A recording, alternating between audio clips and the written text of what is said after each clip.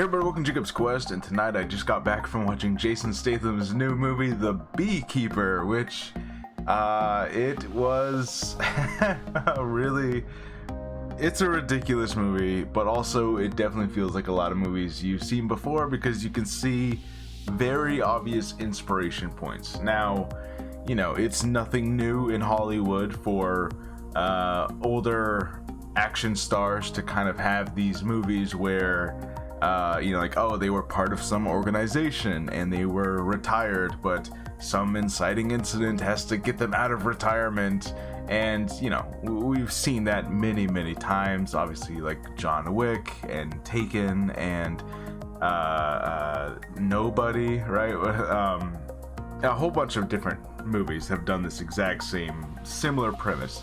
But this one in particular, I kept on seeing John Wick comparisons, you know, like that's all my brain kept on going for. It's like, okay,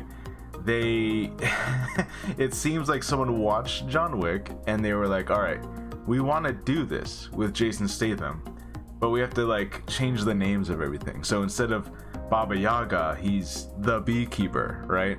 And instead of a group of assassins, these beekeepers are a group of governments, like, you know, super outside of the law, outside of any kind of constraints, like, you know, Jason Bourne type idea, right? Which, by the way, many different stories have told this idea of like, oh, what if the government created a group that was so super secret, it was outside of the restrictions of anybody, like no one could actually stop this group. It's like, why would they do that? Anyways. And yeah, like instead of a dog, this time it's an old lady who gets scammed out of all of her money. And, you know, like I kept on like finding myself being like, okay, so this is their version of this John Wick thing. Even down to the person that he's hunting in this movie is the most hateable, douchebaggy 20-something-year-old who's the son of a powerful family, right? Now I'll admit I did not see how far they would take this in this movie, and we'll get to that in a second. But yeah, this thing being named the Beekeeper, and that's also the organization of like what he's from, like, oh, they're the Beekeepers, you know. They even try to have their whole like, oh, this isn't the boogeyman, this is the man you send to kill the boogeyman, you know. Like they even try to do that moment. They have Jeremy Irons be like, if a beekeeper says you're gonna die, you're gonna die. You know, like it's all very silly. Anyways, look, the truth is, yes, you're gonna get your bee puns and your bee comparisons, and they're constantly talking about like a honeybee is determined and they never give up, they're gonna protect the hive, and that's what he's doing right now. He's protecting the hive for justice, you know. And then you know, like they talk about like sometimes if you know, if a queen bee doesn't do her job, then a queen slayer shows up, and that's who Jason Statham is, you know. And it's just it's very silly every time they do it, and they do it constantly in this movie. They're constantly talking about protecting the hive and doing they're really trying to make it a thing, and it's one of those times where you can't tell if they're in on the joke or like they're trying to take this serious, and maybe you don't want to know. Maybe you're just like, look, it's really funny in the moment because it is cheesy as hell, and it's kind of amazing for that. And yeah, you right away, you just, like I said, constant John Wick comparisons. He even has to fight another beekeeper who's like this lady who replaced him, and they have like this crazy fight. And to be honest, she didn't last very long. I was kind of disappointed. I was like, oh, I thought for sure she'd last longer than that, but she didn't. But you know, the first John Wick movie, they do something very similar to that. He has to fight that lady assassin that goes after him. Anyways, so the thing that they do in this one, and I was very surprised. So in John Wick, he's going after the son of this Russian mobster, but in this one, they're like, okay, we have to make it different. So instead of a Russian mobster, the douchebaggy son, 20-year-old guy who's like in charge of this whole scamming operation, He is the son of the president. That's right, his mom is the president of the United States. And, you know, look, I'm not one to say if they did this on purpose or not, but the lady has the blonde hair, and it's like short and curly, and it kind of gives off Hillary Clinton vibes. Like, I don't know if that's what they were trying to do that on purpose, but it seems like that's kind of what they were doing. I don't know. Anyways, she's the president, and it turns out that like she was not in on this whole scam. Her son did it herself.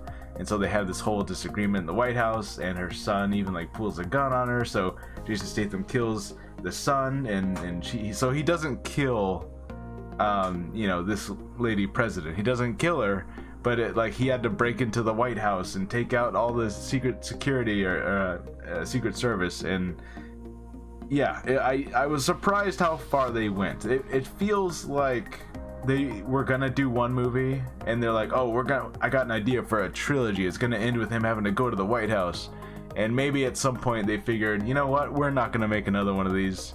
Let's just do the White House thing right now, because like after this, I don't know what you do, you know. Like that feels like a third movie of a trilogy kind of move, is to go after someone in the White House, right? Like that's kind of what you do at the end.